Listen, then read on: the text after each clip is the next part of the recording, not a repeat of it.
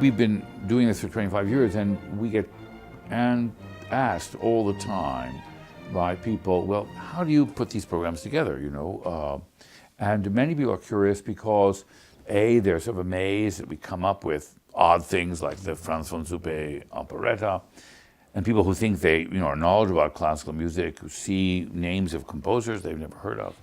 And the other, of course, are people who are aware that there's so much material, and how do we actually do this? So it's interesting that one of the things is that we approach the subject by assuming that we really don't know what we're doing. And therefore, we do what I think is the most honorable thing, is we go to the people around the world who think they do know. And so it's the same way if you had a problem to solve in science, you would get together the best people and figure, what's stumping us here? What don't we know? What do we know? So we get a lot of advice.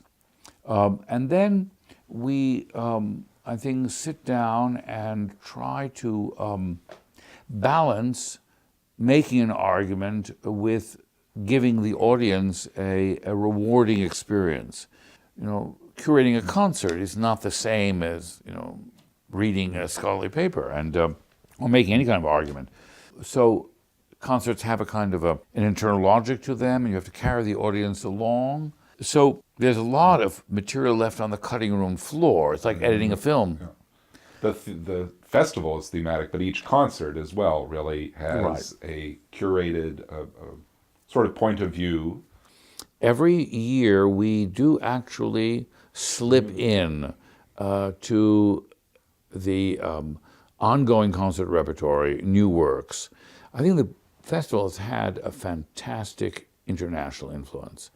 So really from the beginning, it's had this combination of performance and curating concerts that you hear, beginning with Brahms as the first festival, and some very familiar works by Brahms, but also unfamiliar works by Brahms, but also his world, his friends, his enemies, his teachers, not students in his case, but followers. Wannabe students. Wannabe students. And we really have two types of concerts, orchestral programs in the Fisher Center, and then chamber music mainly in Olin. The chamber concerts from the beginning were not a string quartet concert, a piano recital, a vocal recital, but actually mixed not only the composers, familiar, unfamiliar pieces people know with the unfamiliar, but also mixed together different genres, different sonorities. Yes. Now we might have, for example, we have had concerts that are about the piano and its role in history. So that might be all piano music, but they're different artists and different composers and different length and type of pieces. Yes, so the concert experience is not by simply efficiency's sake a whole evening of string quartets or evening of songs. The other aspect, yes, from the beginning, the basic fingerprint of the festival has remained the same. The other thing that was very innovative, which we really didn't anticipate would be as important, is we started it with an intuition that the printed materials that you get when you go to a concert weren't good enough. In other words, partially because of my experience as a consumer of museums, I became used to really substantial monographs and catalogs where the writing about the exhibition was non-trivial, very serious, essays, whole books. And I thought, well, why doesn't the concert goer get that? So we thought that we would do two things, and we did it from the beginning. One is that the actual program book the concert goer gets is graphically and substantively really substantial. It's not ads for restaurants interspersed with, somebody telling you what to listen for, or some kind of arrogant short essay which is either biographical or anecdotal or very technical that is confusing to the reader.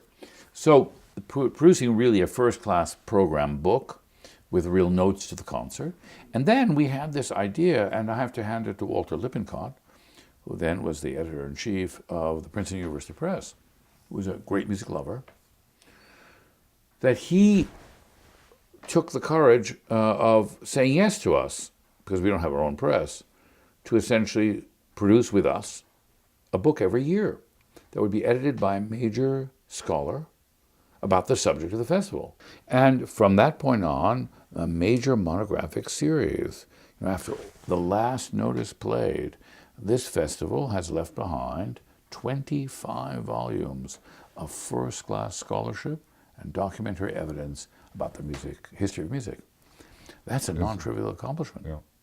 Essays in most volumes have translated documents Right. and things that people are not aware of but should be, and really open up the world of these Absolutely. composers. You have a better idea because you actually oversee these books. Well, and it's another aspect is we bring them for the pre-concert talks, for panels, for symposia. So within these really intense weekends that really begin early in the morning and go fairly late at night, you have panel discussions, pre-concert talk for every concert, and then special events, sometimes films. Yes, and it's really an immersion total course. immersion.